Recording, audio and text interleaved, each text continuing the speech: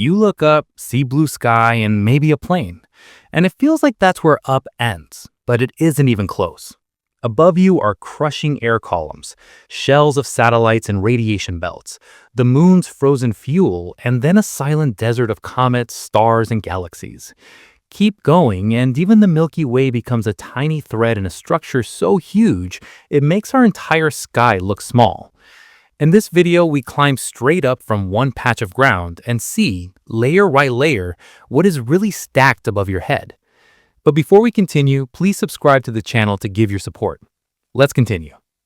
Right now, standing on the ground, you're under more weight than a car, and your body is just quietly holding that off every second. Above every square meter around you, there's a column of air stretching all the way up toward space, and that column weighs roughly 10 tons. If you like imperial units, that works out to something like 1,500 pounds of force on every square foot. You don't feel crushed because the pressure inside your body pushes back with the same force, so it balances out. You're breathing a gas mix that's about 78% nitrogen, 21% oxygen, and small traces of other gases. Down at sea level, this air is dense. It's easy for your lungs to grab oxygen, and it's thick enough for planes, birds, and everything else to generate lift. But that density doesn't stay constant. Roughly every 5.5 kilometers you climb, about 18,000 feet, the pressure and density drop to about half. Go up another 5.5 kilometers, half again. It's like walking up a staircase where every step makes the air around you noticeably weaker. This is one big reason airliners cruise up around 10 to 12 kilometers, 33,000 to 39,000 feet. Up there, the air's thin enough that the plane slices through it with less drag, saving fuel, but still thick enough that you can pressurize the cabin without turning it into a fragile bubble surrounded by near vacuum. So if the air keeps thinning like that, what actually happens to you and the atmosphere as you go straight up through it, layer by layer? As you climb, you stay for a while in the troposphere, the lowest major layer of the atmosphere. This is where almost all your weather lives. Clouds, storms, turbulence, most of the stuff pilots complain about, it's all in this band. On a normal day near the surface, maybe it's around 15 degrees Celsius, about 59 Fahrenheit.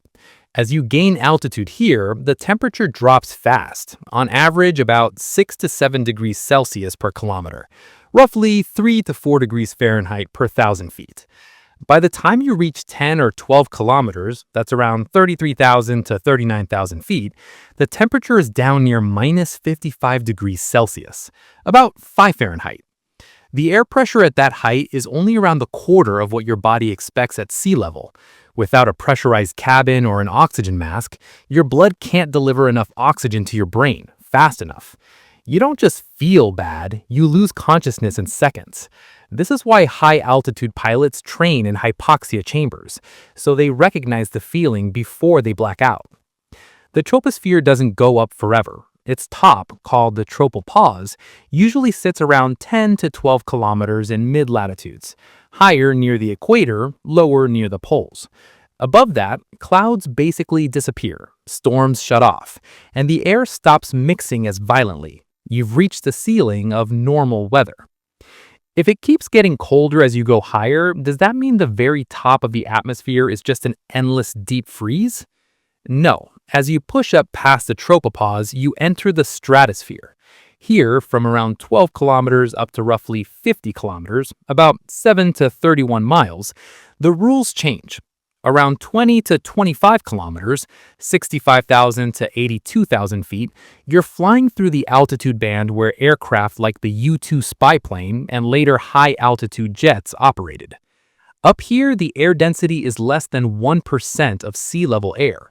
If you stuck your hand out into it without protection, there'd be almost nothing pushing back. Your lungs, even if they were somehow exposed, couldn't grab enough oxygen. But the surprising part is temperature. In the lower stratosphere, it stops getting colder with height, and then slowly starts warming. The reason is the ozone layer. Between roughly 20 to 30 kilometers, ozone molecules soak up high-energy ultraviolet radiation from the sun. When they absorb that energy, they heat the surrounding air, So instead of higher equals colder, you get a temperature minimum at the tropopause, then a slow temperature rise as you climb through the ozone region. This is why commercial jets like to stay near the bottom of the stratosphere, just above most weather, in a relatively stable, calm layer. It's also why the stratosphere is stratified, layered, and much less turbulent than the air below. So if you keep climbing through this thin, warmed, ozone-rich air, at what point does the atmosphere become so weak that it actually starts attacking your body from the outside? Keep going up and you reach altitudes people call near space. High-altitude research balloons have gone to around 50 kilometers, about 31 miles. That's comfortably inside the stratosphere by altitude, but physically it's a totally different world compared to the ground. The pressure is now so low that human biology breaks in a new way. There's a critical pressure called the Armstrong limit, around 19 kilometers, roughly 63,000 feet. Above that, if you're exposed without a pressure suit, the boiling point of water drops below your body temperature. That means the liquid on your tongue, in your eyes, and eventually in your tissues starts to turn into vapor even though you're not actually hot. At 30 to 50 kilometers, this effect is extreme. Your lungs can't function, your blood can't stay properly liquid, and your body swells as gases inside you expand. You don't just explode like in a movie, but you lose consciousness very quickly, and death follows soon after without immediate rescue and repressurization.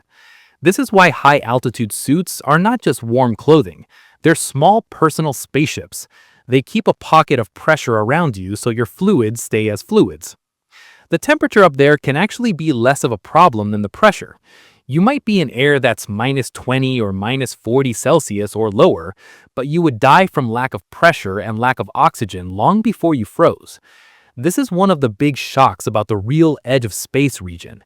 It's not just about being cold and dark, it's about the environment literally pulling your body apart at the molecular level if you're unprotected. So if 50 kilometers up is already that lethal, does that mean you're in space at that point? Or is space still higher, somewhere above you? Climb further into the bands between about 80 and 100 kilometers, 50 to 62 miles. Here, the air density is less than 1/millionth of sea level air. You are still inside Earth's atmosphere in a technical sense, because there are still molecules around you. But it's now closer to a laboratory vacuum than to anything you'd call air. This is where different organizations start drawing lines. The Federación Aeronáutica Internacional, the world body that tracks aviation and spaceflight records, defines the boundary of space at 100 kilometers. That's the famous Kármán line. Cross that altitude and by their standard, you've been to space. Some agencies, like parts of NASA and the US Air Force, use a lower threshold around 80 kilometers, roughly 50 miles, to award astronaut wings. But here's the key point. There is no hard border at 80 or 100 kilometers. There's no sharp border where air suddenly stops, gravity suddenly changes, or the sky suddenly flips from atmosphere to vacuum. The atmosphere just keeps getting thinner and thinner in a smooth curve. Long before 80 kilometers, wings stop providing enough lift for any conventional aircraft. To stay up, you'd need to be moving insanely fast, close to orbital speeds, around 7.8 kilometers per second, about 28,000 kilometers per hour, 17,500 miles per hour. At that point, you're not running an airplane anymore. You're basically running a spacecraft. And almost all of your energy is going into staying in orbit, not into making wing lift. That's what Theodore von Kármán calculated. Above roughly 80 kilometers, it's more efficient to just fall around Earth in orbit than to try to fly through the air. The atmosphere hasn't ended, but airplanes have. So once you cross that height and the plane can't fly, does that automatically mean you're safely in space, cruising around Earth forever? No. At around 100 kilometers, you can absolutely be in space by the usual definition and still fall straight back down in just a few minutes. The key difference is speed, not altitude. If you go straight up, maybe on a rocket that just punches you past a Kármán line, and then you shut the engines off, your path is just a giant stretched out version of throwing a rock into the air. It goes up, it slows down as gravity pulls on it, it stops for a moment at the top, then it falls back. At 100 kilometers, your rocket or capsule is doing the same thing, just on a much bigger scale. That's what suborbital flights do. They launch you hard and fast, send you on a tall arc that pierces the 80 to 100 kilometer region, give you a few minutes where you feel weightless, then the arc brings you back down, and you slam into the atmosphere again at several times the speed of sound. It's dramatic. It earns you astronaut wings by some definitions, but it is not orbit. Orbit needs sideways speed, a lot of it. You need to go so fast horizontally that as you fall, the ground curves away underneath you. If you don't have that sideways speed, you just fall back, no matter how high your apex was. So if you can float in your seat for a few minutes up there, does that mean there's no gravity? That you somehow escaped Earth's pull just by crossing an invisible line? That's the next misconception that breaks. Even at 100 kilometers, gravity is barely weaker than at sea level. The pull from Earth only drops off with distance gradually. At the Kármán line, it's still about 97% of what you feel on the ground, roughly 0.97 g instead of 1 g. At the altitude of the International Space Station, around 400 kilometers up, gravity is still close to 90% of surface gravity. Astronauts are not weightless because gravity turns off. They are weightless because they are in continuous free fall. You, the spacecraft, the loose pen in front of you, all fall together along a same curved path, so nothing pushes on anything else. On the ground, the floor stops you from falling, and that push from the floor is what you feel as weight. In orbit, there is no floor pushing back, so you feel nothing.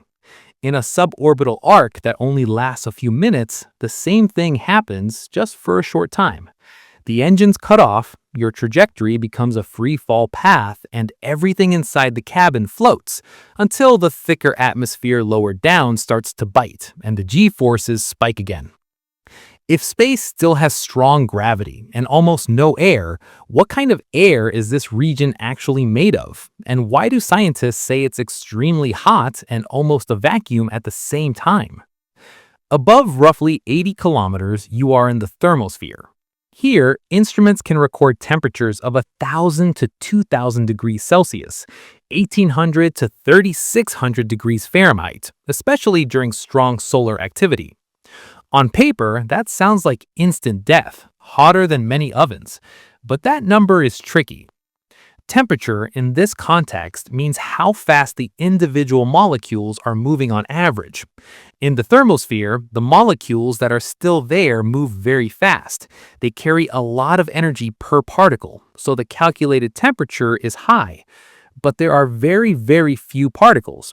It's like having a few bullets moving at insane speeds in an almost empty room. If one hits you, it can hurt, but overall, there just isn't much stuff to transfer heat into your body. Put a solid object there and it wouldn't feel 2,000 degrees in the way an object in an oven would.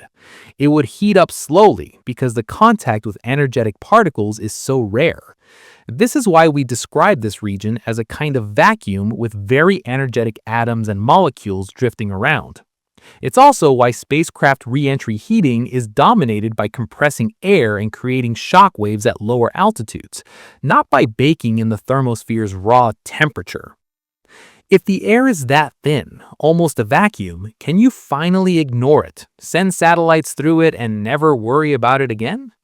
That turns out to be wrong too, and this is where the upper atmosphere claws back some power. Even at these heights, the tiny number of molecules left can cause drag on satellites in low Earth orbit.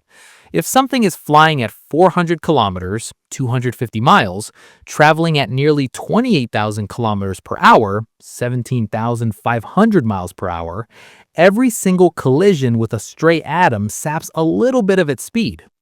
Over months and years, that constant gentle braking drags the orbit down. Satellites dip lower, meet denser air, and the drag ramps up in a runaway spiral that ends in re-entry and burnup, unless the satellite does occasional engine burns to climb back up. During solar storms, when the sun pumps extra energy into the upper atmosphere, it puffs up, gets a bit denser at a given height, and drag on low satellites can jump. Operators see this as a faster decay of orbits, and they have to respond. So the so-called edge of space is not a clean, static shell. It's a messy, moving, expanding, and shrinking region that can quietly peel hardware worth hundreds of millions of dollars. It's thin enough that no wing can fly, but thick enough that it can still chew away at metal and fuel over time. If even this almost empty layer can slow down a spacecraft and drag it back home, what happens when you go higher into the crowded band where thousands of machines race around Earth at bullet speeds, and the single collision can shred them into deadly shrapnel? If you're already above the edge of space, what changes when you go just a few hundred kilometers higher and suddenly the sky is full of machines racing around you faster than any bullet? Climb to around 400 kilometers, about 250 miles, and you're in classic low Earth orbit, the neighborhood of the International Space Station. Up here, the station loops around Earth once every 90 to 93 minutes. That means it's moving at roughly 27,600 kilometers per hour, about 17,150 miles per hour, or about 7.7 kilometers every single second. For comparison, a fast racehorse doing 60 kilometers an hour, about 37 miles per hour, is crawling. The station is about 230 times faster. At that speed, if you look out a window, whole continents slide underneath you in minutes. The sky is black, the sun is brutal, and Earth fills your view like a gigantic curved screen. But physically, you are still close. The distance from you to the ground is less than the width of the continental United States. Gravity is still strong, close to 90% of what you feel at sea level. The only reason you don't slam back down is that sideways speed, constantly falling, constantly missing the planet. So what happens when you push higher into the altitudes where it's not just one space station, but thousands of satellites flying all around you, forming a kind of artificial shell around Earth? By the time you reach roughly 500 to 1100 kilometers altitude, about 310 to 750 miles, you're traveling through very busy orbits. These heights are packed with Earth observation satellites, big radar imaging platforms, weather satellites, and massive constellations for internet and communication, like the Starlink type systems. Most low Earth orbit satellites live between about 300 and 1100 kilometers because this band is a sweet spot. It's close enough that cameras can take extremely sharp images of the ground, and radios get low latency connections, so signals bounce back quickly. But it's also high enough that the thin upper atmosphere doesn't drag them down in weeks. Instead, they can stay up for years, sometimes decades, before they need major orbital boosts or finally decay. In this region, if you could see radio waves and metal, the space above your head would look like a busy multi-lane highway wrapped all the way around the planet. If there are that many objects flying around that fast, what happens when two of them are even slightly on a collision course? The answer is ugly. In low Earth orbit, typical orbital speeds are around 7 to 8 kilometers per second, 25,000 to 29,000 kilometers per hour. When two objects meet from different directions, their relative speed can be more than 14 kilometers per second, over 50,000 kilometers per hour, around 31,000 miles per hour. At those speeds, even a 1 centimeter metal fragment, something like the size of a marble, carries kinetic energy comparable to a small hand grenade. It doesn't just punch a hole, it can shatter panels, crack fuel lines, and break delicate instruments. A full satellite collision can explode into thousands or tens of thousands of new fragments, each one a new piece of shrapnel, each one dangerous. This is the core of the Kessler syndrome worry, a chain reaction of impacts that could, in the worst case, turn a useful orbit into a lethal cloud of debris. Because of this, whole teams on the ground do nothing but track debris, update catalogs, and plan avoidance maneuvers. Space agencies regularly nudge the ISS by a small amount to dodge junk. Collision modeling, debris tracking, and traffic management have become full scientific and engineering fields just to keep this orbital shell usable. If low Earth orbit is that dangerous, why don't we keep sending so many of our most valuable scientific missions and telescopes into this exact region instead of going higher and safer? The reason is that low Earth orbit is a scientific goldmine. Earth-observing satellites here can map carbon dioxide levels, sea level changes, land movement, and ice thickness with centimeter-level precision using tools like radar altimeters and laser ranging. They can watch city lights, crop health, wildfires, storms, and ocean currents in near real time. You also have space telescopes in and near this band. The Hubble Space Telescope, for example, orbits at about 540 kilometers, roughly 335 miles. From there, it looks outward, away from Earth, and captures deep field images of galaxies billions of light years away, while still being close enough that astronauts have been able to service it in the past. And of course, there's the ISS itself, a permanently crewed microgravity lab. On board, astronauts run experiments on how flames burn without hot air rising, how fluids move when they aren't pulled down by 1G, how crystals grow, how metals solidify, and how the human body reacts to months of weightlessness and radiation. Many of these experiments simply cannot be done on the ground because you can't switch gravity off down here. Parabolic flights and drop towers give you seconds of microgravity. LEO gives you months. With all that value, there is a catch. If low Earth orbit is so close and useful, why don't we just park satellites there forever and treat it like permanent space real estate? The problem is that low in low Earth orbit also means temporary. At these heights, you're still skimming through the very top of the atmosphere. The air is incredibly thin, but not zero. Every orbit, every second, a satellite slams into sparse molecules and loses a tiny bit of speed. That drag is small, but it's constant.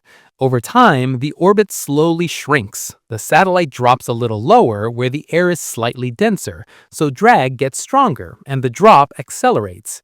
Without occasional engine burns to reboost the orbit, low Earth orbit is a slow downward spiral. The ISS is a clear example. If nobody ever pushed it back up, it would re-enter and burn up in just a few years. Many smaller satellites are designed so that they naturally decay and re-enter within a certain number of years after their mission, as a way to limit space junk. So in LEO, you trade permanence for access. You get fast orbits, strong signals, sharp images, and easy resupply. But in return, you accept that everything up here has an expiry date built into its physics. If even this low band of orbit is so fast, so crowded, and so unstable over time, what happens when you keep climbing out into the slower, higher orbits that quietly hold the entire navigation system of the planet on their invisible tracks? How often do you think about the fact that your phone only knows where you are because there's a ring of machines tens of thousands of kilometers above your head, quietly timing you to the billionth of a second? Keep going straight out from low Earth orbit, past the busy satellite shells at a few hundred kilometers, and once you're above about 2,000 kilometers, around 1,240 miles, you're in what we call medium Earth orbit, MEO. Out here, you're still tightly bound to Earth's gravity, but the feel of orbit changes. Your orbital speed has dropped from around 7 to 8 kilometers per second in low Earth orbit down to roughly 4 kilometers per second, about 14,000 kilometers per hour, 8,700 miles per hour. That's still insanely fast by any normal standard, but compared to low Earth orbit, it's more relaxed. Your path around Earth is wider, each lap takes longer, and your ground track stretches over much larger chunks of the planet. You're not skimming just above the atmosphere anymore. You're hanging back a bit, where one orbit is no longer under 2 hours, it's several hours long. You're climbing into the zone where individual satellites start seeing whole continents at once. So what are we actually putting into this slower, higher, middle layer that you end up using every single day without noticing? Around 20,000 kilometers altitude, roughly 12,400 miles, you hit the shell where navigation constellations live, systems like GPS, Galileo, GLONASS, and others. These spacecraft take about 12 hours to orbit Earth once, so from your point of view on the ground, they rise and set twice a day. Each one is basically a box of atomic clocks bolted to a bus flying along a precise track. Those clocks are incredibly stable, ticking with accuracy down to nanoseconds. The satellites constantly broadcast, "Here is the time right now, and here is where I am." Your phone listens to several of them at once, usually 4 or more, and solves a geometry puzzle, figuring out how long each signal took to reach you. Convert those travel times into distances, intersect the spheres, solve for your position and for the exact time on your device, and you get your location on the map. The wild part is that your phone cannot do this properly without relativity. Because gravity is weaker up there, time runs slightly faster for the satellite clocks than it does on the ground. Because the satellites are moving fast, special relativity makes their clocks run slightly slower. Those two effects don't cancel perfectly. They leave a small offset. If you didn't correct for that, the timing would drift by tens of microseconds per day, which translates to location errors of kilometers per day. So when you open a Maps app and see that little dot sitting on your street, your phone is quietly applying general relativity and special relativity every second just to keep that dot from sliding off the road.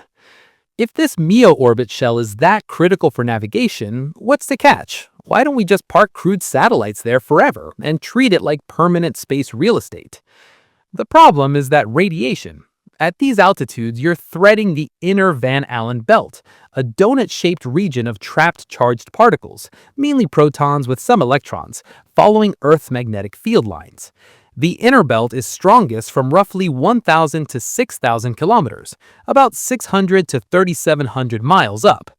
In that zone, particle fluxes can be intense. For unshielded humans, hanging out here for weeks would mean accumulating dangerous doses of ionizing radiation, doses that would seriously increase cancer risk and cause short-term health problems. Even for electronics, it's a hostile place. High-energy particles can flip bits in memory, corrupt data, and gradually damage components. That's why satellites in MEO have hardened electronics, extra shielding, and fault-tolerant designs. Systems are built assuming that random errors will happen, and they must be detected and corrected on the fly. You can cross this region quickly with a crewed mission, like Apollo did, and keep the dose within acceptable limits, but long-term human presence here is no casual choice. MEO is an invisible minefield of radiation, shaped by Earth's magnetism and fed by solar storms. So, if this region is dangerous and expensive to survive in, why does it still end up being such a prime piece of orbital real estate for our technology? The payoff is coverage. From MEO heights, one satellite can see a huge slice of Earth's surface at once. At around 20,000 kilometers, a single spacecraft's field of view covers a big fraction of a hemisphere. For navigation, that means you can build constellations with a few dozen satellites and still guarantee that wherever you stand on the planet, you can see enough of them to get a good fix. For some communication systems and science missions, it's the same trade. You give up the close, detailed, low-latency intimacy of low Earth orbit, but in exchange, you get broad oversight. Fewer spacecraft can cover much more ground. From down on Earth, you never see them. You just see the outcome: planes following precise tracks over oceans, ships threading narrow channels, phones routing you through crowded cities, all using signals from this sparse skeletal shell of clocks in MEO. As you go higher within this band, something more subtle changes. Not just what you can see, but how you think about time itself in orbit.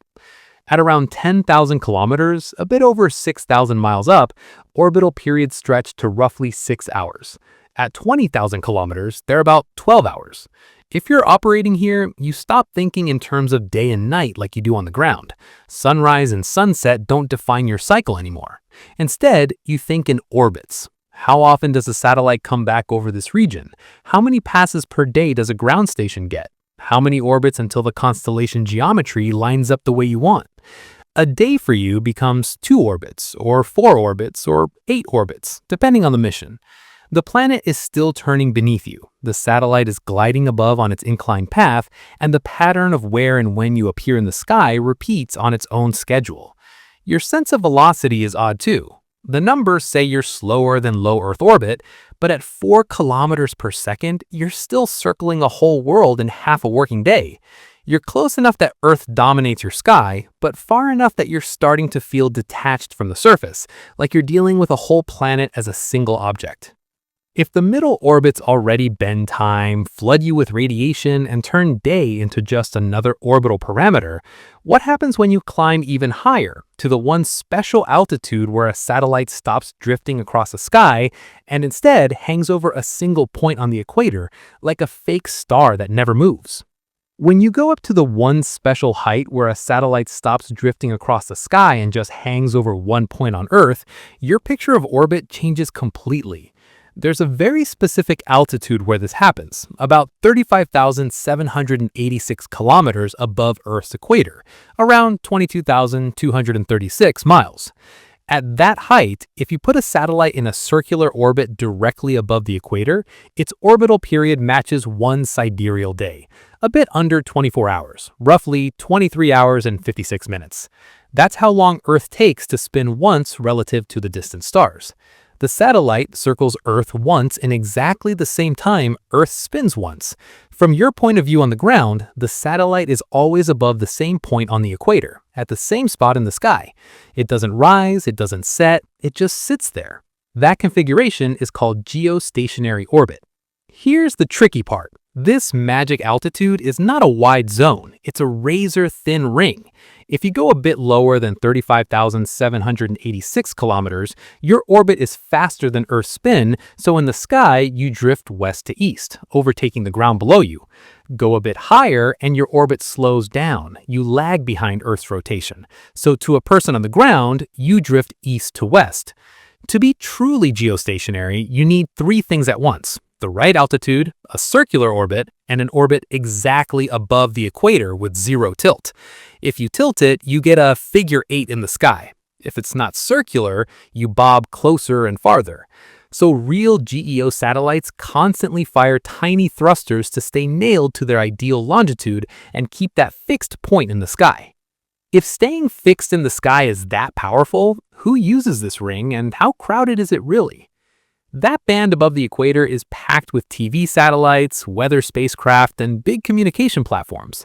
Each one is assigned a specific longitude and a set of frequencies. Think of it less like a random swarm and more like numbered parking spots on a narrow highway, with strict rules about how far apart you stay. From 35,786 kilometers up, one satellite can see roughly one-third of Earth's surface at once, basically an entire hemisphere minus the polar caps. That field of view is ideal for broadcasting. A single TV satellite can beam channels to a whole continent. A single communication satellite can link ground stations thousands of kilometers apart. Weather satellites in GEO stare down on the same region nonstop, watching storms grow, tracking hurricanes, and feeding images into forecasts, frame after frame, always from the same viewpoint. This is why geostationary orbit completely changed global telecom in the late 20th century. Suddenly, you could put a few big platforms in this ring and connect countries, oceans, and continents without laying cables everywhere. If these satellites move slower and farther away than low-orbit ones, why does it cost more energy to get there? Why is GEO considered such a hard target for rockets? The speed out here drops to about 3.07 kilometers per second, around 11,000 kilometers per hour, about 6,800 miles per hour. That sounds relaxed compared to the 7 to 8 kilometers per second of low Earth orbit. But there's more to orbital energy than just speed. You also have gravitational potential energy, how high you are in the gravity well. Climbing up from low Earth orbit, a few hundred kilometers out, to 35,786 kilometers is like pushing yourself up a huge hill. The rocket has to supply the delta V, the change in velocity, to raise your orbit, and that change is large. In practice, the total energy needed to go from Earth's surface to low Earth orbit is big, but the extra needed to go from low Earth orbit up to GEO is even bigger. Launchers usually do it in stages, first getting into an elliptical transfer orbit with a low point near LEO and a high point near GEO altitude, then doing a final burn at the top to circularize the orbit. That last part is expensive in fuel terms, so GEO satellites are heavy, complex, and costly, and they often carry their own propulsion systems to slowly climb from transfer orbit to their final slots. The slower orbital speed fools your intuition, but the climb in height is what kills you. If each of these satellites is so expensive and important, what happens at the end of their life when fuel runs low or hardware starts to fail? Do we just leave them drifting in the ring and hope for the best? Leaving dead satellites drifting in GEO would be a disaster. They would slowly drift in longitude, cross paths with others, and raise the risk of collisions in a belt that is hard to replace. So operators plan the end of life carefully. When a GEO satellite is nearly out of station-keeping fuel, it uses the last of its propellant to push itself a few hundred kilometers higher into what's called a graveyard orbit. That zone sits above the operational belt, maybe 200 to 300 kilometers higher, where it's safely out of the way. Once there, it's usually turned off. Its remaining propellant tanks are vented so they don't explode later, and its transmitters are set to safe states. Even the retirement of these machines follows a procedure, because a random breakup event there would scatter debris all through the belt and threaten active satellites that the entire planet depends on. GEO might look empty to your eyes, but in terms of engineering, it's more like a crowded rail system with strict traffic rules. If you could see in radio and microwaves instead of visible light, what would this ring around Earth actually look like? Seen in those frequencies, the geostationary belt would glow like a bright, thin circle locked onto Earth's equator. Dozens and dozens of satellites would appear as intense radio sources, each beaming beams down to fixed regions below.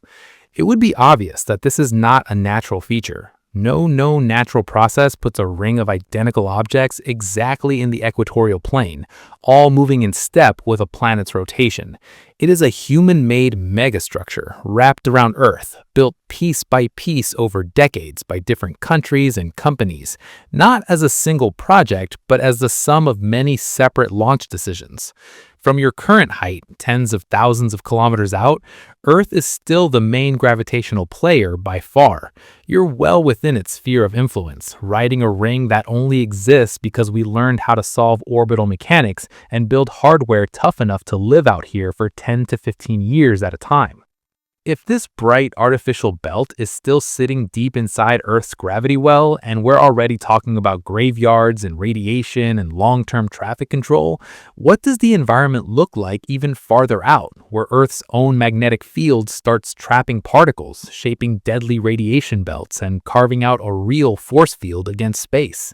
You're now high enough that air can't protect you anymore, but you're still inside something even more important, an invisible magnetic cage that can cook electronics and slowly dose humans with radiation while it quietly saves the planet. Between you and open interplanetary space, there isn't just vacuum. There are two main radiation belts wrapped around Earth like warped donuts, called the Van Allen belts. The inner belt starts around 1,000 kilometers up and runs to about 6,000 kilometers, roughly 600 to 3,700 miles. It's loaded mostly with high-energy protons trapped by Earth's magnetic field. Outside that, from about 13,000 to 60,000 kilometers, around 8,000 to 37,000 miles, there's the outer belt, dominated by energetic electrons. These charged particles come from the solar wind and from cosmic rays. Earth's magnetic field lines guide and trap them, making them bounce back and forth between the north and south magnetic poles, spiraling around the field lines as they go.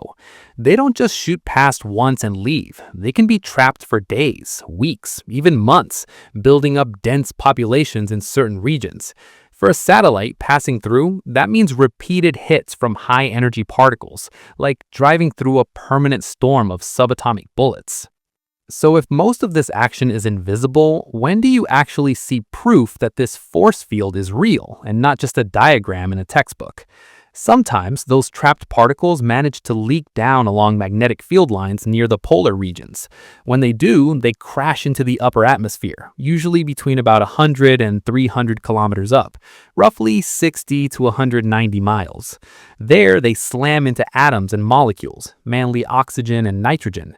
When an energetic electron hits an oxygen atom, for example, it can shove that atom into a higher energy state. When the atom relaxes back down, it emits light. Green auroras mainly come from oxygen at around 100 to 150 kilometers altitude.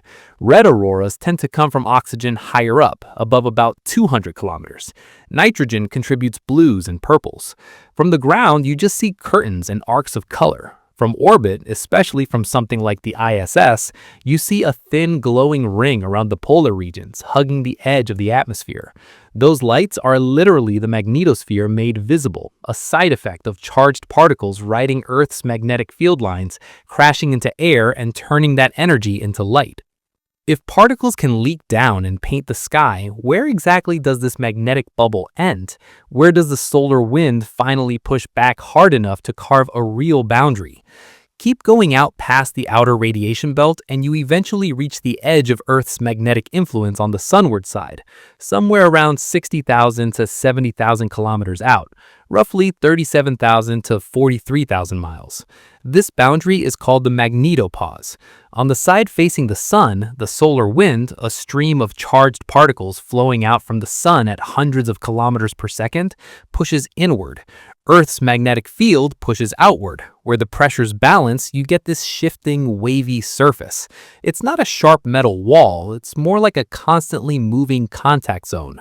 On the night side, away from the sun, the magnetosphere is stretched into a long tail, called the magnetotail, that can extend millions of kilometers downstream. Energy from the solar wind can load into this tail, then suddenly snap and reconnect magnetic field lines, dumping energy back toward Earth and triggering stronger auroras and magnetic storms. So the magnetopause is the real outer skin of Earth's magnetic shield on the day side, the place where solar space and Earth space meet. That sounds like a nice defense system in theory, but what does this environment actually do to hardware and to a human body that spends too long out here? For electronics, the problem is cumulative and random at the same time. High-energy particles can pass through a chip and flip a bit in memory, turning a 0 into a 1 or vice versa. That's called a single-event upset. In a phone or laptop on Earth, this is rare, and the atmosphere shields you from the worst of it. In orbit, especially when you cross the belts, it becomes a constant threat. Unshielded, sensitive electronics can suffer frequent bit flips, latch-ups, and long-term damage. That's why spacecraft hardware is radiant-hardened. It uses special manufacturing processes, thicker shielding, error-correcting memory, watchdog circuits, and software that constantly checks and repairs data. Even then, strong solar storms can overwhelm systems and force satellites into safe modes. For humans, radiation here is a serious health limit. Airline passengers and crew already get a bit more radiation than people on the ground because there's less atmosphere above them. The ISS crew in low Earth orbit gets more still, but they are partly sheltered by Earth's magnetic field and by the station's structure. Up in high orbits, crossing the Van Allen belts frequently, you can be looking at doses of millisieverts per day, far beyond airline levels. Over weeks or months, that adds up to a meaningful fraction of the allowed career dose for an astronaut. The Apollo missions went through the belt on their way to the moon, but they passed quickly, in a matter of hours, and mission planners chose trajectories that minimized time in the most intense regions. The total dose was kept within acceptable limits for a short mission. But if you tried to park a large, permanent human station deep in those belts without monumental shielding, you'd be exposing its crew to unacceptable cancer risks and acute radiation sickness over time. Any serious plan for long-term human presence in high Earth orbit has to treat radiation as a central design problem, not a side detail. So, standing at this magnetopause with radiation belts below you and solar wind above you, are you finally away from Earth, or is the planet still in control of this whole volume? Even out near the magnetopause, Earth is still very much in charge of a lot of the physics. Its magnetic field shapes where particles go. Its gravity, at around 60,000 kilometers out, is still roughly 1/4 of what you feel at the surface, about 0.25 g. That's weak compared to ground level, but it is not nothing. Objects here can still orbit Earth. They can still be trapped in its gravitational field. You're not truly free of Earth's pull. You're just in a region where the sun's influence is starting to show up more clearly. Charged particles feel both fields, Earth's and the Sun's. Orbits become more sensitive to solar gravity and to small pushes. You're in a gravitational tug-of-war zone where Earth still wins locally, but not by an infinite margin. If Earth's invisible shield reaches this far and gravity still has a quarter of its surface strength, how far do you actually have to go before Earth stops being the main boss and the Sun takes over completely, turning your up from Earth path into a line inside the Sun's own territory? At a certain height, going higher stops feeling like I'm orbiting Earth faster or slower, and starts feeling like I'm being pulled between giants and Earth is only one of them. Once you climb above geostationary orbit, you're in high Earth orbit, and the simple, neat circular paths start to give way to slow, stretched, eccentric orbits. Instead of a tidy ring, you get tracks that dive in close to Earth at one end, then swing far out at the other. Some satellites use this on purpose. A classic example is the Molniya-type orbit. In one of these, the low point, the perigee, can be a few hundred or a few thousand kilometers up, and the high point, the apogee, can reach around 40,000 kilometers, roughly 25,000 miles. The satellite whips through perigee quick, spending little time near Earth, then crawls near apogee, moving slowly over the same high latitudes for hours. That's perfect if you want long coverage over places like Russia or Canada, regions that geostationary satellites see at a bad angle, low over the horizon. Up here, your speed changes a lot within a single orbit. Fast low, slow high, and each loop covers a huge chunk of space reaching tens of thousands of kilometers before falling back in. So if you can stretch orbits that far and still call them Earth orbits, how far does Earth's gravitational territory actually go before the Sun simply takes over and claims your spacecraft?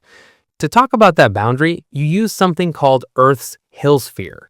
Think of it as the rough radius of Earth's gravitational territory, the zone where an object can, in principle, orbit Earth instead of getting peeled away by the Sun's gravity.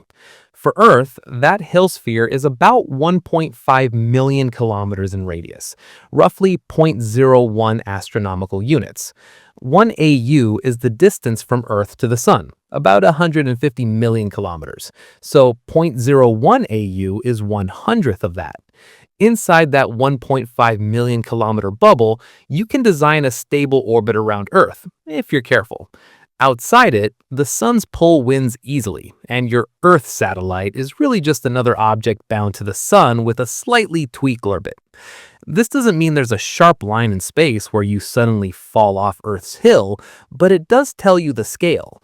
You've gone from a planet that's only about 12,742 kilometers across to a gravitational sphere of influence over 100 times larger than the distance to geostationary orbit.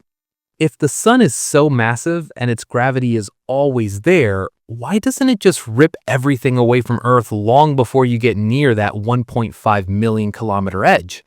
As you climb to a few 100,000 kilometers from Earth, you feel its gravity get weaker with distance.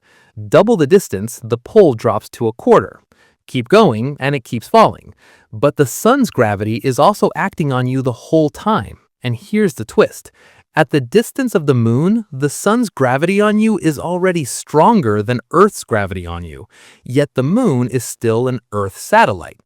The reason this works is that Earth and the Moon and anything else nearby are all moving around the Sun together in a kind of rotating frame. In that moving frame, Earth creates a local gravitational well, a dip inside the bigger solar well. Inside that dip, orbits around Earth can be stable as long as they stay within the heliosphere. You can think of it like a ball sitting in a smaller bowl, which itself is sitting inside a larger bowl. As long as the ball stays within the inner bowl, it rolls around Earth's gravity. If it climbs too high up the sides, it crosses into the region where the Sun's slope dominates, and it stops being Earth-bound. That's the tidal tug-of-war. The Sun pulls harder overall, but close to Earth, the difference in pull between you and Earth is small enough that Earth can still hold you. Farther out, that difference stretches orbits and eventually wins. So is there some magical distance where Earth gravity just hits zero and you finally break free? Or does it keep going forever, just getting more and more pathetic? Gravity never actually hits zero. It keeps going, weaker and weaker, all the way out. At around 1.5 million kilometers at the edge of the heliosphere, Earth's gravity is only about 0.002 g. That's 2 thousandths of the gravity you feel at the surface. Tiny, but not nothing. For comparison, the planet itself is only about 12,742 kilometers in diameter. So by the time you reach 1.5 million kilometers, you're more than 100 Earth diameters away, and Earth's pull is still measurable. Your normal sense for distance completely breaks here. On human scales, 1,000 kilometers is huge. On orbital scales, it's nothing. The region where Earth can hold on to satellites is absolutely enormous compared to the solid rock ball you started from. But once you're playing with that 0.002 G level, tiny nudges matter. A small push from a thruster, a weak tidal pull from the sun, or even interactions with the moon can gradually reshape your path over time. You're living in a regime where Earth is still in the game, but it's no longer the only player that matters.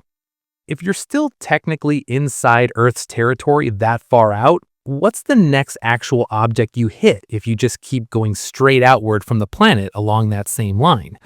Keep going along a straight line that passes through Earth, outward, and you're heading toward the moon's neighborhood, the cislunar region. On average, the moon orbits at about 384,400 kilometers from Earth, roughly 239,000 miles. That's only a quarter of the way to the edge of Earth's heliosphere, but it's already far enough that Earth looks small in the sky and the dynamics start to feel different. In this cislunar space, Earth's gravity, the moon's gravity, and the sun's gravity all matter at the same time. You get weirdly shaped paths, transfer orbits, and special balance points where a spacecraft can hover in a rotating frame with very little fuel. This is where orbital mechanics stops feeling like simple circles and starts feeling like a three-body chess game. And if you keep following that straight up from Earth line, you're heading right through that chessboard, straight toward the moon itself, and into the region where we start building real waypoints for going farther out. So if Earth can still claim you this far from its surface, and the moon is already pulling hard from the side, what does it look like to live and travel in the space between them, in a region where gravity is never simple and there are hidden sweet spots that future space stations and depots will fight to occupy? You clap your hands and hear it instantly. But if you say hello to the moon, you have to wait for the reply. And that tiny delay is your first real taste of how far from Earth you've actually gone. On average, the moon sets at about 384,400 kilometers from Earth, roughly 239,000 miles. That's the standard center-to-center distance of the orbit. Light, moving at about 300,000 kilometers per second, takes around 1.3 seconds to cross that gap one way. Radio moves at the same speed, so when Mission Control talked to the Apollo astronauts, the round trip took about 2.6 seconds. They would speak, wait, and then hear the response a noticeable beat later. You can actually listen to those recordings and feel that lag. It's not huge, but it's just long enough that normal conversation rhythm breaks. You talk, there's silence, you start to wonder if they heard you, and then the reply arrives. That delay is small on cosmic scales, but it's already big enough that real time starts to stretch. If even a short radio message takes seconds, how do you park spacecraft in this region that doesn't burn ridiculous amounts of fuel just to stay in place between Earth and the moon? The trick is to use gravity instead of fighting it, and that's where Lagrange points come in. In the Earth-Moon system, there are 5 special locations called L1 through L5, where the combined pull of Earth and the Moon, plus the apparent centrifugal effect from the rotating system, balance out in a rotating frame. That sounds complicated, but here's the idea. Picture Earth and the Moon going around their common center of mass. In a frame that rotates with them, there are places where a small object can sit and keep roughly the same position relative to both bodies, with only small nudges needed over time. L1 lies between Earth and the Moon, closer to the Moon than halfway. L2 is just beyond the Moon, on the far side from Earth. L3 is on the opposite side of Earth from the Moon, but that one is not very useful in practice. L4 and L5 are the really interesting ones, 60 degrees ahead of the Moon and 60 degrees behind it in its orbit, forming equilateral triangles with Earth and the Moon. These points are like orbital cheat codes. You're still in a delicate gravitational field, but you're in a spot where forces nearly cancel in the rotating frame. So station keeping becomes far more efficient than trying to hover at some random location in cislunar space. That's why people talk about them as prime real estate for future infrastructure. But you don't just freeze a spacecraft at a mathematical point and leave it there. So how do you actually use these Lagrange points in real missions? In reality, a spacecraft doesn't sit perfectly still at an L point. The points themselves are unstable or only marginally stable, especially L1 and L2. Instead, you put the spacecraft into a small orbit around the Lagrange point, called a halo orbit or a Lissajous orbit. These are three-dimensional loops that go above and below the Earth-Moon line or around the equilibrium point in a tilted pattern. The idea is that the spacecraft stays in the general neighborhood, maintaining a roughly constant relationship with Earth and the Moon, and you only need small course corrections to keep it on track. This is where concepts like the planned Lunar Gateway Station fit in. A station near L1 or L2 can stay in long-term configuration with low propellant use, while keeping a near-constant line of sight to both Earth and the lunar surface, or to the far side. That makes it a great staging point, a hub where ships from Earth and landers to the Moon can meet, refuel, transfer cargo, and head back out without fighting huge gravity wells every time. It's not science fiction, it's just using the geometry of the three-body problem to your advantage. If you start putting stations and depots at these balance points, what does the whole region between Earth and the Moon begin to look like as traffic ramps up? Cislunar space, the volume from low Earth orbit out past the Moon, is on track to become the next strategic zone, both scientifically and economically. Right now, most activity hugs the planet, in LEO and GEO, but as more missions aim at the Moon, more hardware will live in the space in between. You'll need navigation beacons specifically tuned for this region, because classic GPS is designed mainly for users on or near Earth's surface, not for vehicles darting between planetary and lunar orbits. You'll need communication hubs that see both the near side and far side of the Moon, and that can relay data back to Earth without constant line-of-sight problems. You'll want propellant depots, places where tankers from Earth can drop fuel and deep space vehicles can pick it up, instead of hauling every kilogram of propellant out of Earth's gravity well in one shot. Research platforms can sit in halo orbits and watch the Earth-Moon system as a whole, monitor space weather, and test long-duration life support. All of that, navigation, comms, fuel, science, starts to turn cislunar space into an actual transportation network, not just empty distance. Up to now, this has all been physics and engineering, but there's another shift that happens when you cross this gap, and it hits your brain more than your instruments. Somewhere on the way out, Earth stops being the world and starts being that blue sphere over there. From low Earth orbit, the planet still fills your window. It dominates everything. In cislunar space, Earth shrinks to a bright marble, and the Moon, if you're headed that way, turns from a small disk in the sky into a world with size and texture and terrain. You're not just above Earth anymore, you're moving between two bodies, both pulling on you, both in your field of view. The delay on the radio feels larger. The idea of just turning around and going home starts to sound less trivial. This is where spaceflight in your head becomes interplanetary, even though you're technically still in the Earth-Moon system. The emotional distance catches up with the physical distance.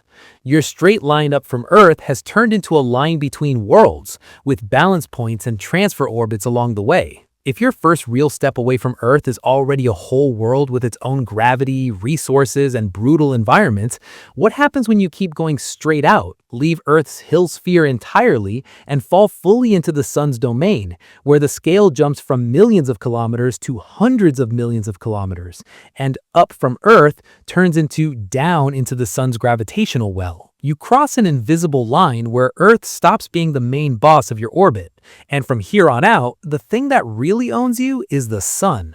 Once you get roughly 1.5 million kilometers away from Earth, about 120 times farther than geostationary orbit, you're past the edge of Earth's heliosphere. Inside that bubble, Earth can keep satellites bound in stable orbits even though the Sun is pulling too. Outside it, the Sun's gravity field is the main structure you live in. The sun's mass is about 330,000 times the mass of Earth, so its own heliosphere, its gravitational territory inside the galaxy, stretches for hundreds of thousands of astronomical units. 1 AU is the average distance from Earth to the Sun, about 150 million kilometers, roughly 93 million miles. So compared to that scale, your entire climb out of Earth's gravity well, past the Moon and the heliosphere, is a tiny step. You've moved from being a satellite of Earth that happens to orbit the Sun to just being another small object in the Sun's system, with Earth now just one of the other planets in the background. If the Sun is now in charge and you keep going straight up from Earth, what exactly are you moving through? Which orbits do you slice across on this radial line? Picture that line as a radius drawn straight out from the Sun, passing through Earth's orbit at 1 AU and pointing away. You started at Earth on that circle, rode outward past the heliosphere, and you're still going. As you go, you're not skimming along the planetary orbits anymore. You're cutting through them. Mercury and Venus sit on smaller circles closer to the Sun. Earth is at 1 AU. Mars orbits at about 1.5 AU on average, roughly 225 million kilometers, around 140 million miles out. If your line happens to cross where Mars is at that moment, you could, in theory, streak past its orbital path at that radius. In practice, Mars is probably somewhere else in its orbit when you pass its distance, because the planets are all moving. But geometrically speaking, you're traveling along a radius of the Sun's gravitational well that intersects the paths of the rocky planets. You're no longer thinking about being above Earth. You're thinking in terms of AU, inner planets, and orbital radii inside the Sun's architecture.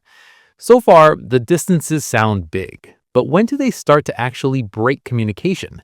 When does talking to Earth stop feeling like a live call and start feeling like talking to the past? At Earth's distance, 1 AU, sunlight takes about 8 minutes and 20 seconds to reach you. That's already true for you right now on the ground. You always see the sun as it was 8 minutes ago.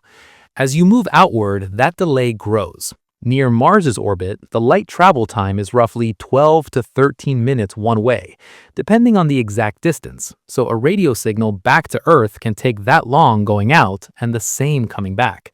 A simple question and answer exchange can easily cost you half an hour. Push out to 2 AU, about 300 million kilometers, around 186 million miles, and the one-way light time is around 16 and a half minutes. At that point, real time in the human sense is gone. You can't steer a probe with a joystick from Earth. You can't have a smooth voice chat. Everything has to be planned, scheduled, and automated. You send a batch of commands, wait, get a batch of telemetry, and hope nothing unexpected happened in between. That delay, more than the raw distance, is what makes the inner solar system start to feel big and unforgiving. If timing and communication are already stretched just in the inner planetary zone, what does the whole solar system actually sit inside, beyond gravity? What's the larger bubble that all of this is happening within? The sun doesn't just pull with gravity, it also blows a wind, a continuous stream of charged particles called the solar wind. That wind races outward in all directions at hundreds of kilometers per second, carrying magnetic fields with it. As it flows out into the galaxy, it pushes against the thin gas and plasma between the stars, the interstellar medium. The region where the solar wind dominates, where its pressure shapes the environment more than the surrounding galaxy, is called the heliosphere. Inside the heliosphere, the plasma around you is mainly solar material, mixed with some interstellar stuff that leaks in. Far out, at roughly 120 to 150 AU from the Sun, somewhere 3 to 4 times farther than Pluto's average distance, the solar wind slows down and finally merges into the interstellar medium. That boundary is called the heliopause. The Voyager probes, launched in the late 1970s, have crossed that line. Before crossing, they were still in the Sun's wind bubble. After crossing, they entered interstellar space in a plasma sense, even though they are still well inside the Sun's gravitational influence. So you can think of the heliosphere as a giant, distorted bubble blown by the Sun, and you and Earth and all the planets live inside it like tiny specks inside a much larger, thin shell of flowing plasma. If the sun shapes a huge bubble of wind and plasma and dominates gravity out to tens of thousands of AU, how should you picture your upward journey from Earth in terms of energy, not just distance? From the sun's point of view, the solar system is a deep gravitational pit, and each planet's orbit is just a ring at a certain depth in that pit. Earth's orbit at 1 AU is one of those rings. To move up from Earth's orbit, meaning to a higher, slower solar orbit, you have to add energy. To drop down toward the sun to a smaller, faster orbit, you have to remove energy. When you left Earth, you first had to reach Earth's escape speed, about 11.2 kilometers per second at the surface, to climb out of Earth's own well. But if your goal is to leave the sun's grip entirely from Earth's orbit, the escape velocity from the sun at 1 AU is about 42 kilometers per second, roughly 5 times Earth's surface escape speed. The numbers are brutal. Most interplanetary missions don't even try to reach solar escape speed directly. They use gravity assists from planets to steal or give orbital energy and slowly reshape their trajectory.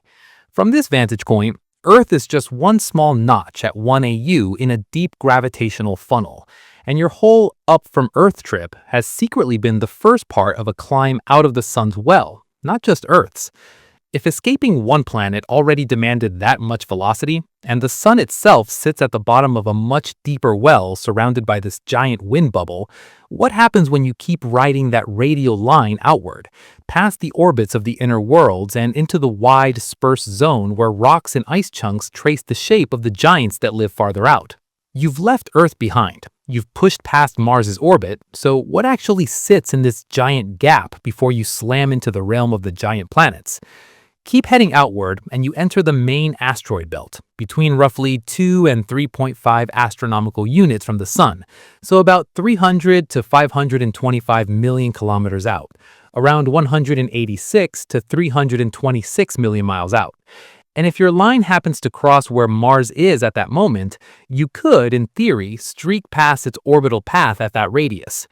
In practice, Mars is probably somewhere else in its orbit when you pass its distance, because the planets are all moving. But geometrically speaking, you're traveling along a radius of the sun's gravitational well that intersects the paths of the rocky planets. You're no longer thinking about being above Earth. You're thinking in terms of AU, inner planets, and orbital radii inside the sun's architecture. If most of the belt is just small bodies and a lot of empty space, is there anything in here that even begins to feel like a world instead of just debris? Yes, and the best example is Ceres. It orbits at about 2.77 AU, right in the middle of the belt. It's about 940 kilometers across, roughly 584 miles across, big enough that its own gravity pulls it into a rounded shape. That's why it's classified as a dwarf planet, similar in category to Pluto, just smaller. When the Dawn spacecraft went there, it didn't just find a boring gray ball. It mapped the surface with bright patches of salt deposits, likely left behind when salty water reached the surface and evaporated or sublimated. It saw evidence of past cryovolcanism, basically cold volcanism where water-rich slurries or brines move up instead of molten rock. Gravity measurements suggest Ceres is differentiated inside, with a dense core and a lighter, possibly icy mantle. That means even an object this small had enough heat and time to sort itself by density. It may have had a subsurface ocean in the past. So in the middle of what people like to call a rocky junkyard, you already have a body complex enough to have chemistry, internal structure, maybe even long-term brine pockets.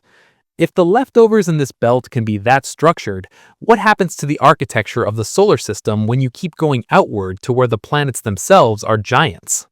Push farther and you cross the orbits of the gas and ice giants. Jupiter sits at about 5.2 AU, roughly 780 million kilometers from the sun, around 485 million miles. Saturn is out at about 9.5 AU. Uranus orbits near 19 AU. Neptune around 30 AU, which is roughly 4.5 billion kilometers, close to 2.8 billion miles. Jupiter alone is about 318 times Earth's mass. Saturn, Uranus, and Neptune add another big chunk. Together, these worlds dominate the gravity of the outer solar system. Their presence is why the asteroid belt never formed a normal planet. Their residences keep kicking material around. They control populations of comets, shape the outer belts, and capture moons. Many smaller bodies get nudged into more eccentric orbits, tossed inward toward the sun as comets or scattered outward toward the Kuiper Belt. The giants aren't just sitting there on their orbits. Their gravity is constantly adjusting the long-term layout of everything around them. If their gravity is so powerful, does it only produce belts and cleared zones? Or does it also trap material in more subtle, long-term stable places? Along the orbits of these giants, you find Trojan swarms, groups of asteroids trapped around the L4 and L5 Lagrange points of a planet-sun system. For Jupiter, those points are 60 degrees ahead of the planet in its orbit and 60 degrees behind it. At those locations, the gravitational pull of the Sun and Jupiter, plus the orbital motion, balance in a way that lets small bodies share Jupiter's orbit for billions of years. We found big swarms there, thousands of objects, moving with Jupiter like escorts.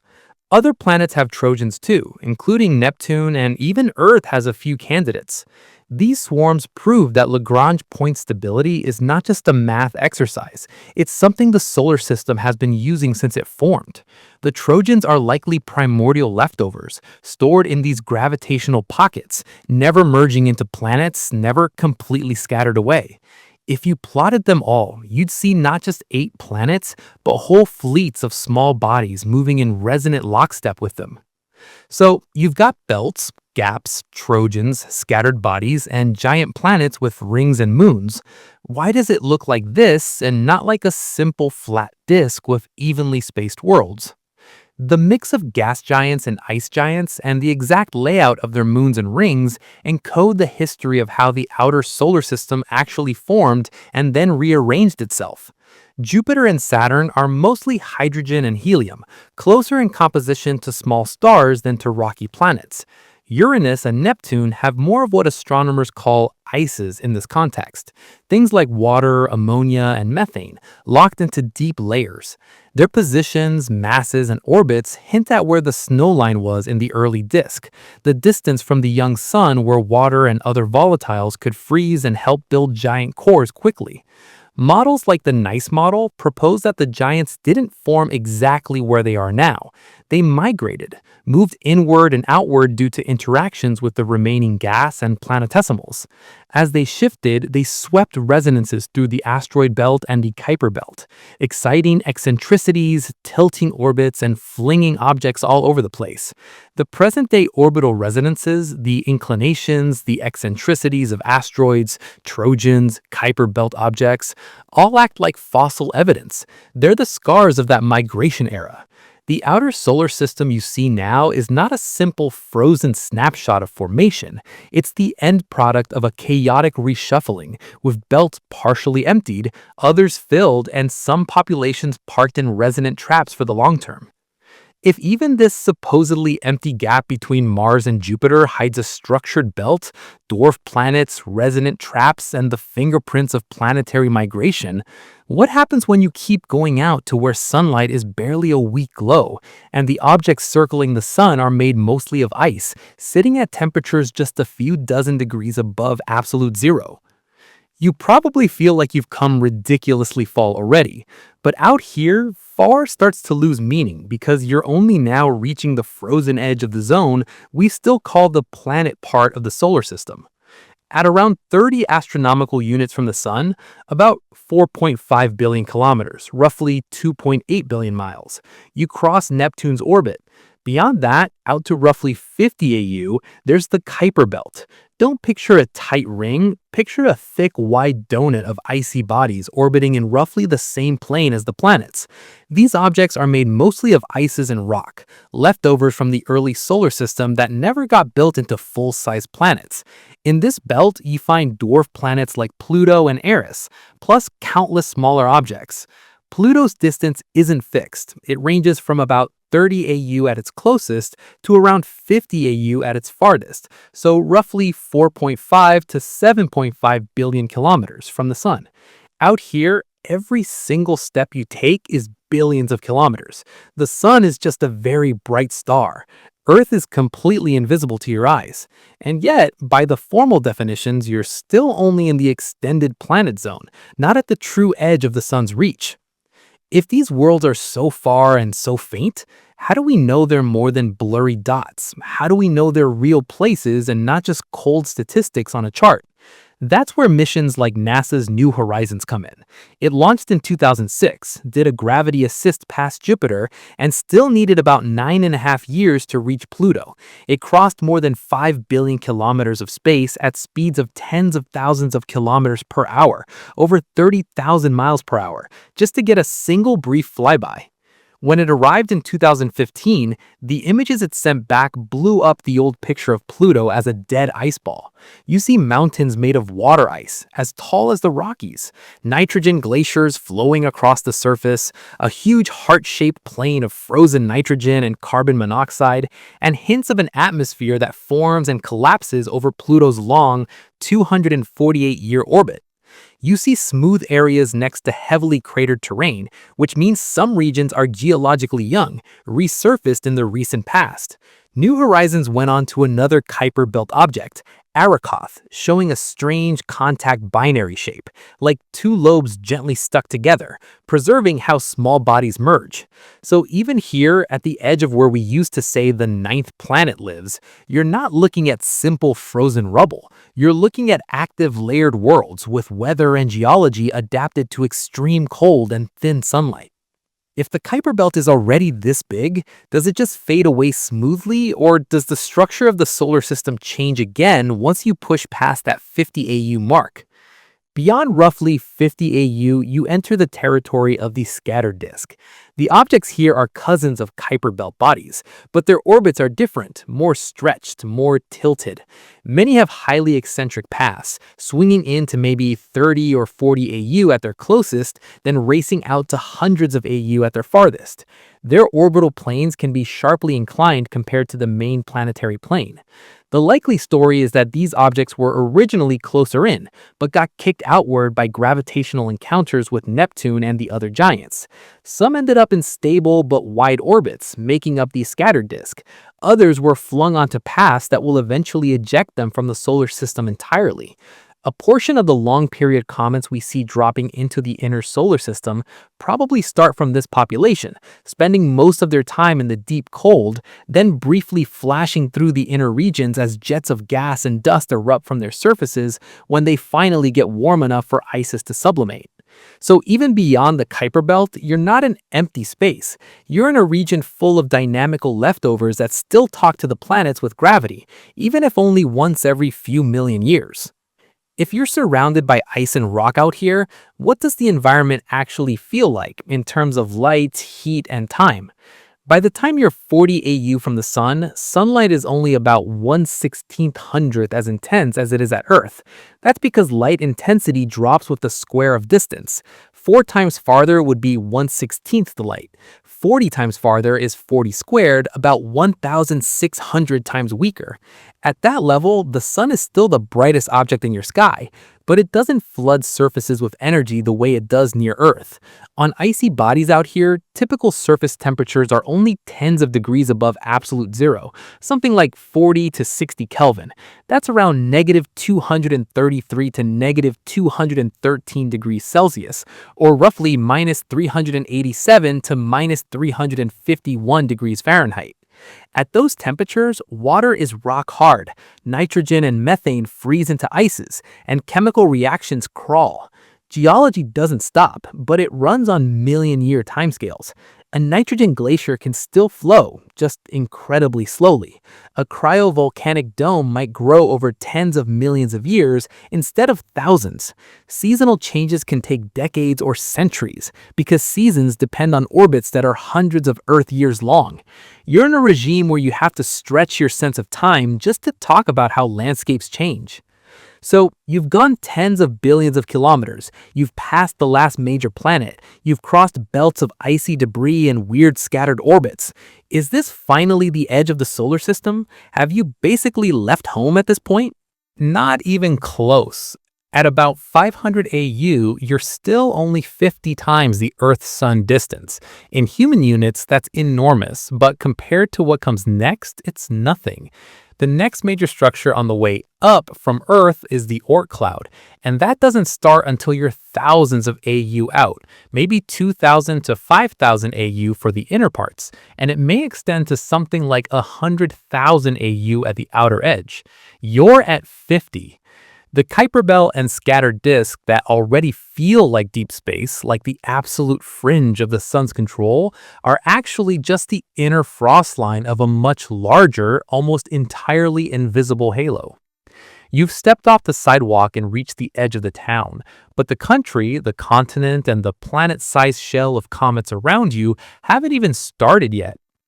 If even Neptune and Pluto turn out to live well inside a far bigger hypothetical comet cloud, what does that outer shell look like? How do we know it's there if we can't see it directly? And what does it mean for your straight line up from Earth when the next segment of your path crosses a region that could be a light year across and still belong to the sun? When do you actually get to say, I've left the solar system, and not just I've gone past the last planet? Right now, the honest answer is you're still very far from that point.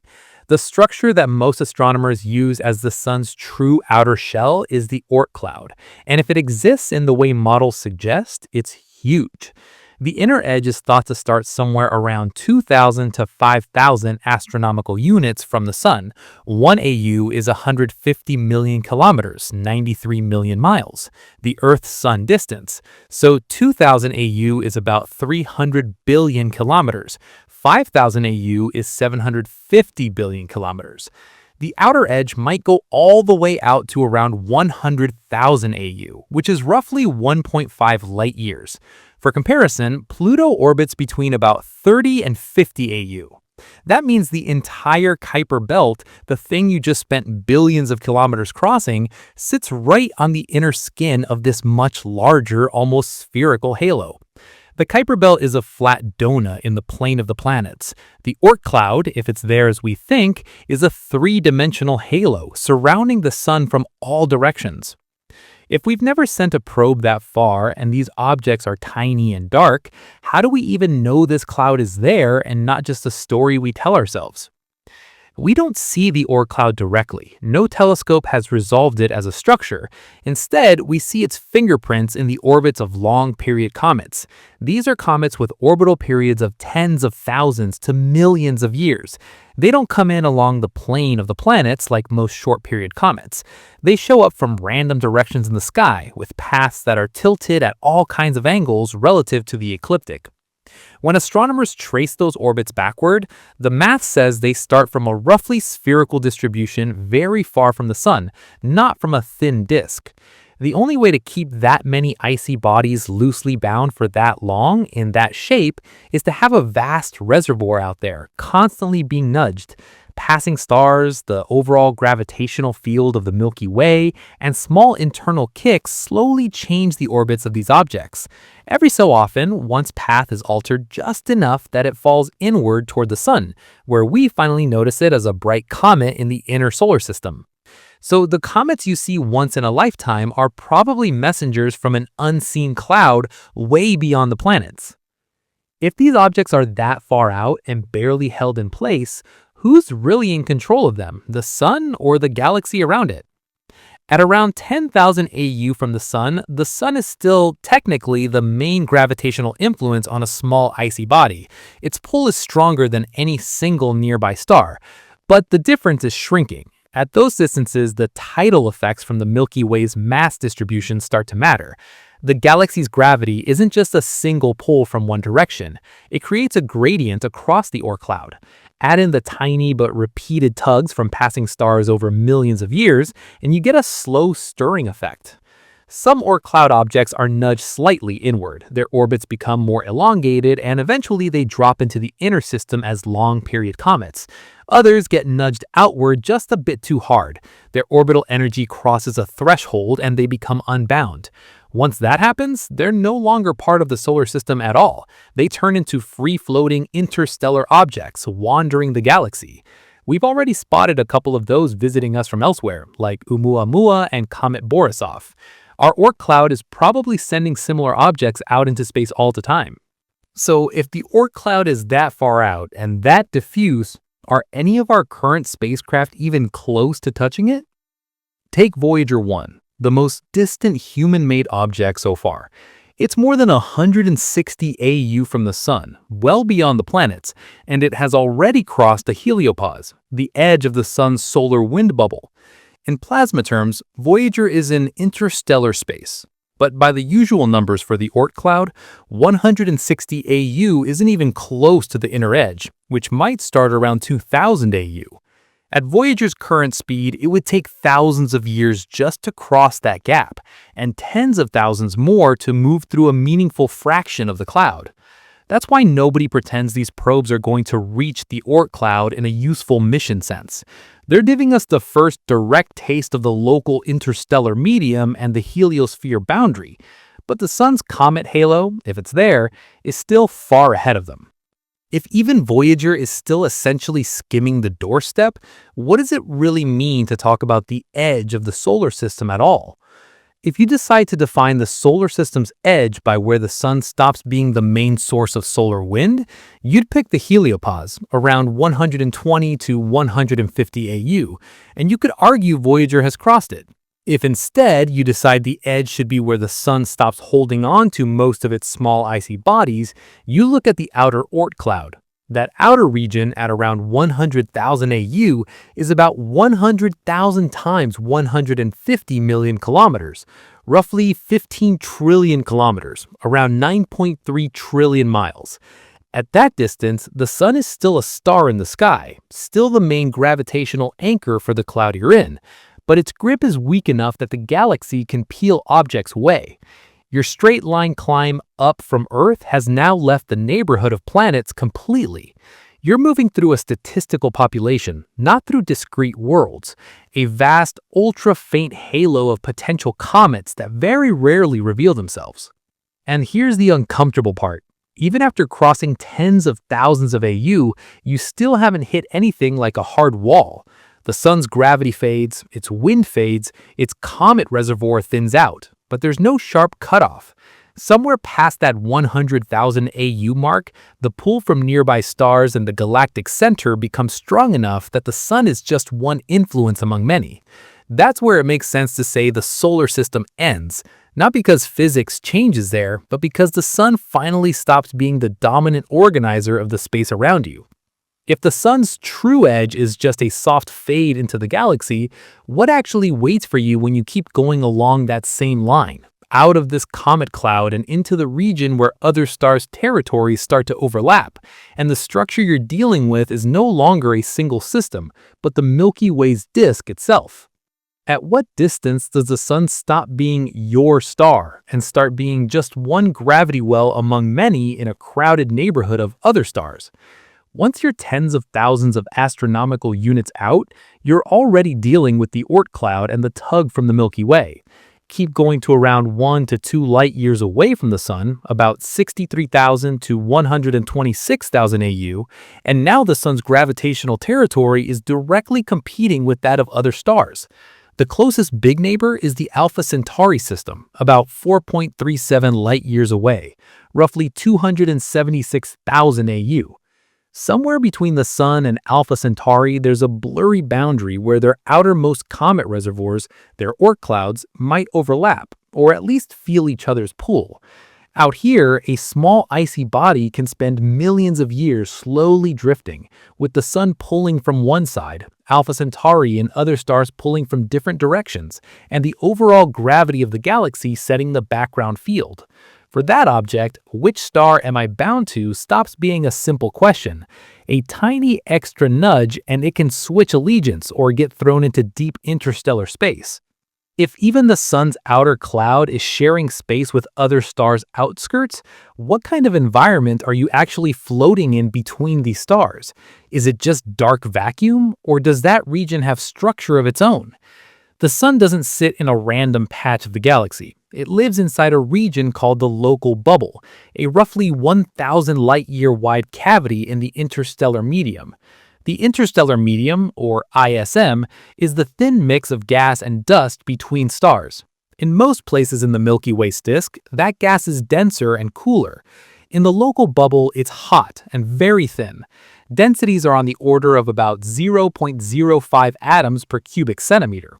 Compare that to Earth's air at sea level, where you have something like 10 trillion molecules per cubic meter. Out here, between stars, you can go cubic meters, cubic kilometers without hitting much of anything. The bubble was probably carved out by a series of supernovas in the past, explosions from massive stars that blasted out shells of gas and heated the ISM. The sun just happens to be moving through that pre-cleared cavity right now. Other smaller clouds of denser gas still float inside it, and the solar system is currently passing through one of those, the local interstellar cloud. But overall, you're in a very low-density, high-temperature environment compared to typical star-forming regions. It feels empty, but it has a history, and you're flying through the aftermath of dead stars. If your straight line up has now taken you between stars and through a supernova-shaped bubble, what happens on the larger scale, when you look back and realize you've actually climbed out of the main layer where the galaxy keeps most of its matter? As you keep going, you're effectively rising out of the Milky Way's disk. The disk is relatively thin compared to its width. Most of the stars, gas, dust, and star-forming regions live in a layer only about 1,000 to 2,000 light-years thick. But the disk stretches out to roughly 100,000 light-years across, maybe a bit more, depending on how you define the edge. Earth and the Sun orbit in this disk, in one of the spiral arms often called the Orion Arm, or Orion Spur. When your up from Earth direction is defined as perpendicular to the plane of the disk, climbing straight out means you're leaving that dense star-rich layer. As you rise thousands of light years above the midplane, the thin band of the Milky Way you see from Earth as a bright streak across the night sky turns into a thinner, more concentrated strip. Push higher still, and the galaxy starts to look like a flattened system, a bright disk with spiral structure, seen from above or below. The familiar view from ground level is gone. Now you see the Milky Way as an object, not as your sky. If the visible disk is only part of the story, what is actually keeping all these stars and gas moving the way they do? And why doesn't the mass we can see add up? When astronomers measure how fast stars and gas rotate around the center of the Milky Way at different radii, they expect the speed to drop as you go farther out, the way orbital speeds fall around a point mass. Instead, the rotation curve stays almost flat, even at large distances from the center.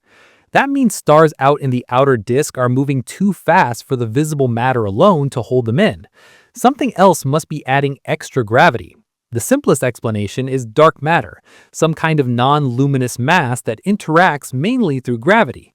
To make the rotation curves and other observations line up, the Milky Way's visible disk has to be embedded in a much larger dark matter halo, extending maybe 200,000 light-years or more from the galactic center.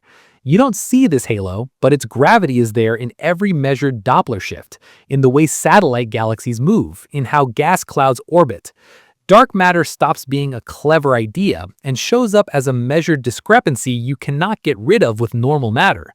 When you're tens of thousands of light years above the disk, you're still moving inside that unseen halo, held in the Milky Way's gravity well, even though the bright disk is far below you. So after all this, after leaving Earth, the planets, the heliosphere, the comet cloud, and the disk itself, what is the sun to you now?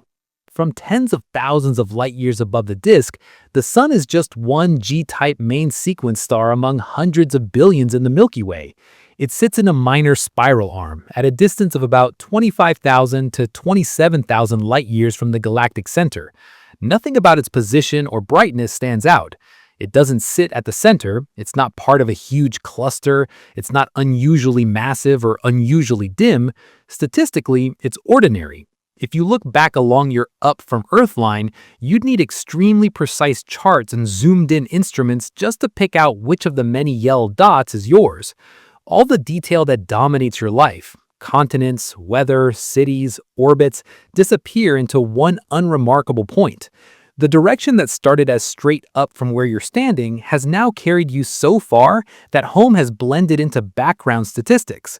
From this vantage, Earth isn't the reference point anymore. It's just one data point in a huge sample of stars and planets.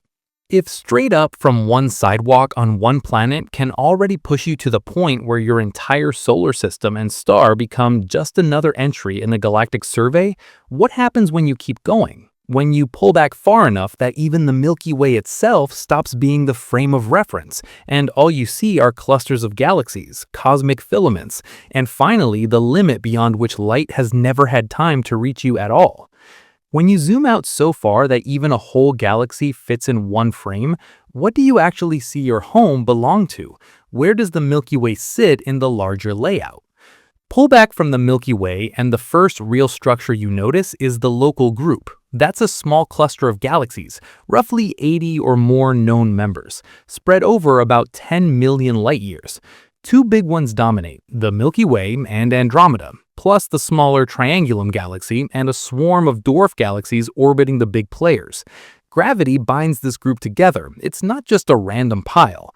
The galaxies in the local group orbit their common center of mass, and over billions of years, they interact, merge, and strip material from each other. Go farther out and you see that the local group itself is just one piece of the Virgo supercluster, a larger concentration of galaxy groups and clusters tens of millions of light-years across. Go out again, and even Virgo isn't the top level. That supercluster is part of an even bigger flow pattern called Laniakea, a region containing hundreds of thousands of galaxies all moving in related ways under the pull of gravity. Your home address is not just a galaxy, it's a galaxy inside a group, inside a supercluster, inside an even larger flow of matter. If all these galaxies are grouped, are they scattered randomly, like dust, or is there a higher level pattern in how the universe has laid them out? They're not sprinkled randomly. On the largest scales we can map, galaxies line up along filaments, walls, and nodes, forming what we call the cosmic web. Think of long chains and sheets of galaxies stretching for hundreds of millions of light-years, with huge, almost empty regions in between, voids tens of millions of light-years across with very few galaxies. We know this isn't just an impression from a few images. Redshift surveys, where we measure the spectrum of millions of galaxies, tell us their distances and velocities. Plot those positions in 3D, and the web structure pops out clearly. The underlying cause is dark matter. Early in the universe, tiny density fluctuations in dark matter grew under gravity, forming a scaffold. Normal matter fell into that scaffold, cooled, and formed stars and galaxies. When we run large simulations with dark matter plus gravity and basic gas physics, the output looks like the real universe. Long filaments, knots of clusters, wide voids. Without dark matter, you don't get this web pattern to match observations. What you're seeing on the largest scales is the combined result of initial conditions plus billions of years of gravitation acting on both visible and invisible mass. Alright, but if you keep going up from Earth all the way out to where you can barely see individual galaxies, is there an actual edge to this? Some horizon where the universe just stops? There is an edge to what you can see, but not necessarily to what exists. The radius of the observable universe right now is about 46.5 billion light-years. That number looks wrong at first glance. The universe is about 13.8 billion years old, so you might expect the farthest we can see to be 13.8 billion light-years. The catch is that space itself has been expanding the whole time the light has been traveling. Photons that left distant regions when they were much closer have been writing an expanding background. By the time they reach you, the regions they came from are far beyond the naive light travel distance, so your observable bubble today has a radius of about 46.5 billion light-years. Not because light outran its own speed, but because the metric it moves through has stretched. Your straight line up from Earth is not just crossing static space, it's crossing a space-time that has been changing its scale factor the whole way. If there's a limit to what we can see, what exactly forms that limit? What's the farthest actual signal we receive when we look in any direction? Keep going in distance and back in time along that line, and you eventually hit the cosmic microwave background, the CMB. That's the oldest light we can currently observe directly. It comes from a time about 380,000 years after the Big Bang, when the universe cooled enough for protons and electrons to combine into neutral hydrogen. Before that, the universe was a hot, dense plasma, and photons were constantly scattered, unable to travel freely. At recombination, the fog cleared. Light decoupled from matter and started free streaming. We see that light today as microwave radiation, with a temperature of about 2.725 Kelvin, just a few degrees above absolute zero. Satellites like COBE, WAMAP, and Planck have mapped it in detail, and it's almost perfectly uniform, but not quite. There are tiny fluctuations in temperature at the level of tens of microkelvin. Those small ripples in the CMB are the seeds of all later structure, the initial over and under densities that, under gravity, grew into galaxies, clusters, and the cosmic web you just zoomed through. When you look at the CMB in any direction, you're looking at a spherical shell in space and time, the last scattering surface, marking the farthest wall of light that standard photons can show you. Beyond that, the universe was opaque. So if you've hit that surface in every direction, does that mean there's literally nothing beyond it? That your straight up from Earth direction just crashes into a hard edge of reality? No, the CMB marks the limit of what can send us electromagnetic information today, not the limit of existence. Beyond roughly 46.5 billion light-years in co-moving distance, there are regions of the universe whose light has not yet had time to reach us, given the age of the universe and the way expansion has behaved. Those regions are outside our observable universe, but not necessarily outside the universe. Your straight up from Earth, if you extend it conceptually, passes from you, through our galaxy, through the cosmic web, out to the CMB sphere, and then into zones that are for now causally disconnected from you. You can't affect them and they can't affect you. Not yet, because signals that start there now will never beat the expansion to get here. The final twist is this: no matter where you are in the universe, if you draw your own observable sphere, you're at the center of it. That's not because you're special, it's because the sphere is defined by what light has had time to reach you. Every observer has their own bubble, centered on themselves. From your point of view, your journey straight up from Earth has turned into a radius from the center of a finite observable ball, out through everything we can see, and then into an unobservable region that our current physics can describe statistically but never show you directly. This video is for educational or entertainment purposes only, and information provided in the video may be incorrect. If you enjoyed the video, consider subscribing to the channel and like the video.